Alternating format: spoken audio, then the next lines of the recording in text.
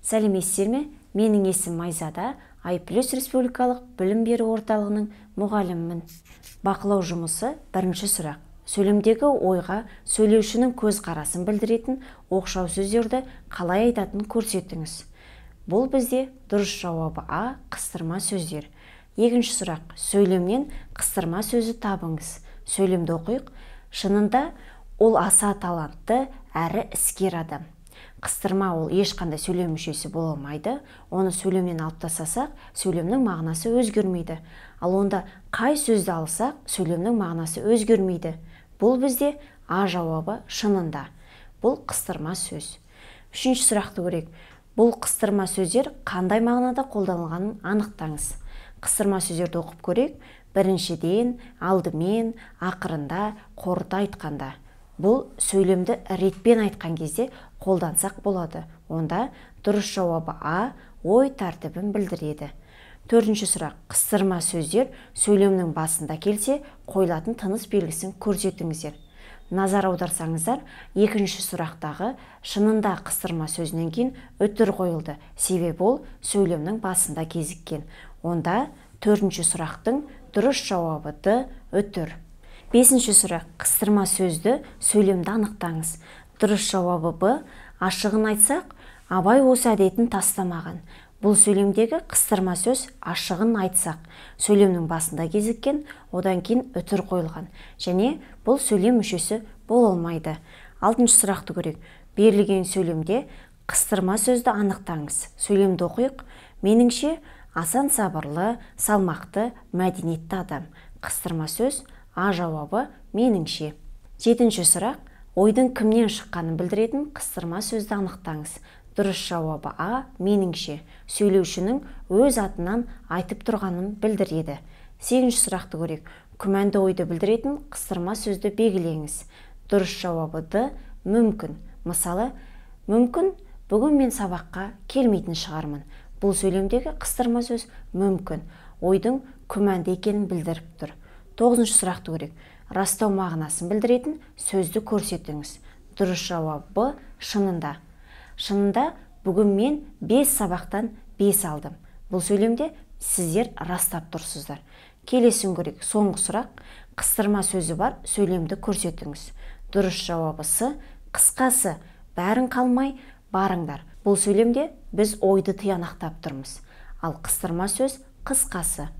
Бүгінгі жаңа тақырыпта оқшау сөздің бір түрі одағай сөздермен таныс боламыз. Одағай сөздер дегеніміз толық мағынасы болмайтын, адамның түрлі көңіл күйін білдіретін және жан-жануарларға қаратылып айтылатын сөздерді айтамыз. Мысалы, бәрекелді, өлеңді жақсы айтасың. Бұл сөйлемде назар аударсаңыздар, одағай бәрекелді. Ешқандай сөйлем мүшесі бола алмайды, толық мағынасы жоқ, бірақ адамның көңіл күйін білдіріп тұр. Тағы бір сөйлемді көрейік. Қап, соңғы автобус кетіп қалды. Бұл жерде өкініш мағынасында одағай қолданған қап. Сөйлем мүшесі бола алмай тұр, толық мағынасы жоқ. Одағайға мынандай белгілер тән. Олар лексикалық мағынасы жоқ, демек оларға сұрақ қоя алмаймыз. Және сөйлемде басқа сөздермен грамматикалық байланысқа түспейді, демек жалғаулар жалғай алмаймыз десек болады. Және үшіншісі сөйлем мүшесінің қызметін атқара алмайды. Демек бастауыш, баяндауыш немесе тұрлаусыз мүшесінің бір түрі бола алмайды екен. Одағайдың жалпы 3 түрі бар: көңіл күй одағайы, жекіру одағайы және шақыру одағайы. Қазір көңіл күй одағайымен тоқталайық. Көңіл күй одағайлары шаттану, таңырқау, ренжу, өкіну, қуану, тағы басқа мағыналарды білдіретін одағай түрлерін айтамыз. Жалпы көңіл күй одағайлары ең көбі, бірақ біз соның ішіндегі ең маңызды жиі кездесетіндеріне мысал келтіріп көрейік. Мысалы, бәрекелді, бәрекелді, өлеңді жақсы айтасың. Бұл сөйлемде одағай бәрекелді, көңілдің өте жақсы, қуанышы білдіріп тұр. Демек бұл бізде одағай екен. Келесін көрейік. Алақай, емтихандар бітті. Бұл сөйлемде алақай қуанышты білдіреді, емтиханым бітті деп қуанып тұр. Көңіл күй одағайы. Тағы сөйлемдерге мысал келтірейік. Аха, айтайын. Бұл сөйлемде шаттық мағынасында білдіріп тұр. Келесі сөйлемді көрейік. Әттеген ай, кешігіп қалдым ау. Бұл жерде өкінішті білдіріп тұр. Әттеген ай. Ойбай, мынау не? таңырқау мағынасында ойбай. Және соңғы сөйлемді көрейік. Құдай-ай, бұл не дегені? Бұл жерде таңырқау мағынасында Құдай-ай одағайы қолданылған. Келесі одағайдың бір түрі жекіру одағайлары. Тыйым салу, жекіру мағынасында қолданылады. Олар негізі бірнеше ғана. Тәйт, тек, жә. Мысалы, жә, күңкілдеме. Бұл жерде тоқтату мағынасында айтып тұр. Тағы бір сөйлем көрейік. Тәйт, бұл айтқан несі? Тоқтатып тұр бұл жерде. Және соңғы одағайдың түрі шақыру одағайлары, хайуанаттарды, жан-жануарларды қуу, шақыру мәнінде жұмсалады. Әртүрлі төрттілікке байланысты шақырулар әртүрлі екен. Мысалы, жылқыға қатысты құрау-құрау, моқ-моқ, сиырға қатысты ауқау-ауқау, әукім-әукім, қойға қатысты пүшайт-пүшайт, түйеге қатысты көз-көз, ешкіге қатысты шөре-шөре, итке қатысты кә-кә, айтақ-айтақ, және мысыққа қатысты пырыс-кіс. Осы шақыру одағайына бір мысал келтіріп көрейік. Мысалы, малаяқ кә-кә деді қолына сүйек ұстап, есіктен шыққан Мұрат. Бұл сөйлемде Мұрат малаяқ деген күшікті кә-кә деп шақырып тұр. Демек, кә-кә ол шақыру одағайы. Біз бір нәрсені ұмытпауымыз керек. Одағай тек сөйлемде ғана мағынасы толық ашылады. Демек, бір одағай әртүрлі мағынада қолдануы мүмкін. Мысалы, әй деген одағайды алып, мысал келтіріп көрейік. Әй, мынау бір жақсы жаңалық болды ғой. Немесе тағы бір сөйлемде, әй, сен өзің әрі кетші. Екі сөйлемде назар аударсаңыздар, екі түрлі мағынаны білдіріп тұр. Бірінші сөйлемде көңіл күйдің өте жақсы екенін, риза болғанын білдіріп тұр. Әй, мынау бір жақсы жаңалық болды ғой. Көңіл күй толып тұр. Келесін көрсек, әй, сен өзің әрі кетші. Бұл жерде тоқтатып тұр. Кетші деп жекіру одағай мағынасында білдіріп тұр. Сонда одағай сөйлемде әртүрлі мағынада қолдануы мүмкін екен. Одағай сөйлемнің басында да, ортасында да және аяғында да кездесуі мүмкін. Онда мынау төмендегі ережеге назар аударайық. Егер одағай сөйлемнің басында кезіксе, одан кейін үтір қойылады. Мысалы, пай-пай, туған жер қандай ыстық.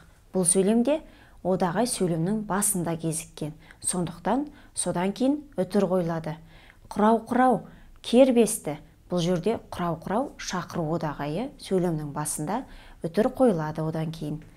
Егер одағай сөйлемнің ортасында кезіксе, онда екі жағынан үтір қойылады. Мысалы, далаға шықсам, ойпырмай, батыс жақ от болып жанып жатқандай. Сөйлемнің ортасында кезіккен одағай, ойпырмай, екі жағынан үтір қойылған.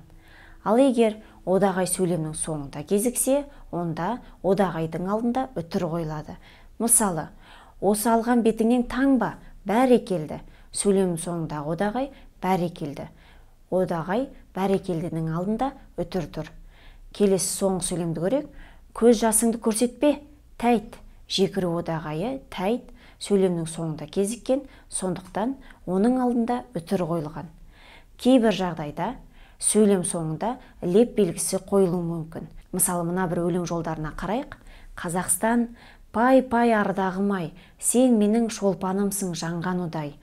Бұл өлең жолдарында пай-пай одағай және сөйлемнің соңына назар аударсаңыздар, леп белгісі қойылған. Ал егер одағай қайталанып айтылса, екеуінің арасына дефис қойылады екен. Мысалы, пах-пах, сөз деп осыны айт. Бұл сөйлемдегі одағай пах-пах. Одағайдың түбірі екі рет қайталанған, сондықтан екеуінің арасына дефис қойылады. Және бұл жерде көңіл күйдің көтеріңкі екенін білдіріп тұрғандықтан сөйлемнің соңында леп белгісі бар. Ал енді одағай сөздерге байланысты тапсырма орындап көрейік. Алдарыңызға бірнеше сөйлем берілген. Осылардың ішінен одағайлар тауып, астын сызып шығыңыздар. Және тыныс белгілесіне назар аударыңыздар. Сонымен талдап көрейік. Бірінші сөйлем. Ай, шырағым балам, әуелі ар жағында әкең тұр. Соған сәлем бер. Бұл сөйлемде тоқтату мағынасында, демек жекіру одағайы әй қолданылған сөйлемнің басында, сондықтан одан кейін үтір қойылады. Келесі сөйлемді көрейік. Уа, қой деймін бала. Бұл сөйлемде уа одағай сөйлемнің басында, одан кейін үтір қоямыз. Келесі сөйлемді көрейік. Ойпырмай, мынау не деп отыр өзі? Бұл сөйлемде ойпырмай, ол одағай сөйлемнің басында кезіккен, одан кейін үтір қойылады. Келесі көңіл күйді білдіретін одағай қатысқан. Алақай, әжем ауылдан қонаққа келді. Алақай, одағай көңіл күйді білдіріп тұрған соң сөйлемнің соңында леп белгісі қойылған. Және соңғы сөйлемді көрейік. Әзер жеттім. Бұл сөйлемдегі одағай шаршағанның мағынасын білдіріп тұр. Және тағы бір тапсырма орындап көрейік. Алдарыңызға бірнеше одағай берілген, олардың түрлерін ажыратып көріңіздер. Сонымен талдайық. Бірінші одағай алақай, көңіл күй одағайы. Екінші бұл да көңіл күй одағайы. Тәйт, жекіру одағайы. Құрау, шақыру одағайы. Япырай, көңіл күй одағайы. Кә, шақыру одағайы. Және соңғысы бұл жекіру одағайы. Сонымен бүгін біз сіздермен оқшау сөздің соңғы түрі одағай сөздермен таныс болдық. Бүгінгі жаңа тақырып сіздерге түсінікті болды деген ойдамын. Келесі кездескенше сау болыңыздар.